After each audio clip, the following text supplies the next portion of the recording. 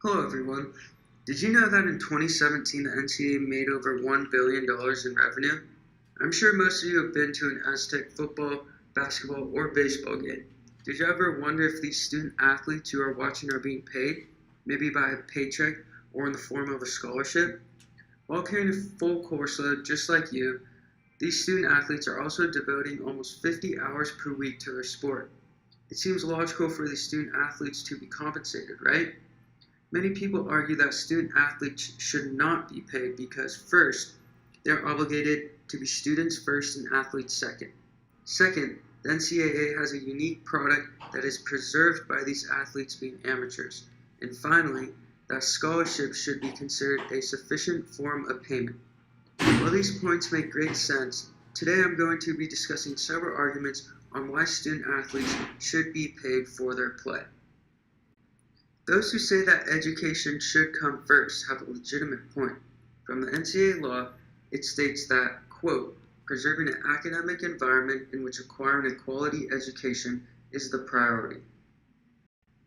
According to a study in 2015 involving 9 out of the 12 Pac-12 schools, it was reported that, quote, Pac-12 athletes spend an average of 50 hours per week on their sport and are often too exhausted to study effectively.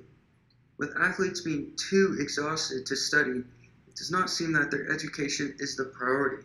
If these athletes were to collect a paycheck or even be able to sign an endorsement deal, this would be a simple compensation to make up for the lack of time and effort they can put into their studies.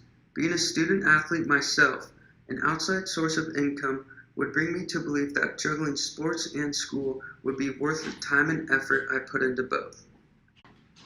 Others may say that the NCAA must not pay these athletes in order for the NCAA to shelter its unique product that is preserved by these athletes remaining amateurs. Yes, this is a great point, but arguably the biggest sporting event in the world made the switch from amateurism to professionalism. The Olympic model allows for college athletes to sign endorsement deals and take advantage of other commercial opportunities. If the Olympic model has proven that making the switch from amateurism to professionalism works, the NCAA has a legit reason to do the same and reward these hard-working student athletes for their efforts on the field and in the classroom. At face value, those who say that a scholarship is enough compensation have a point, but do they know how many student athletes actually receive a scholarship?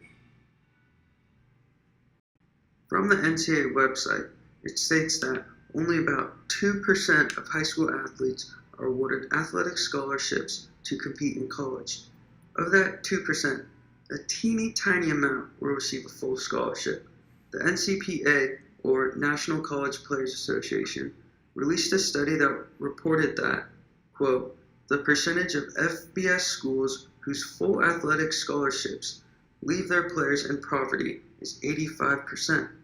Despite these athletes bringing in millions of dollars for their schools, their conferences, and the NCAA, many will collect almost nothing for their efforts.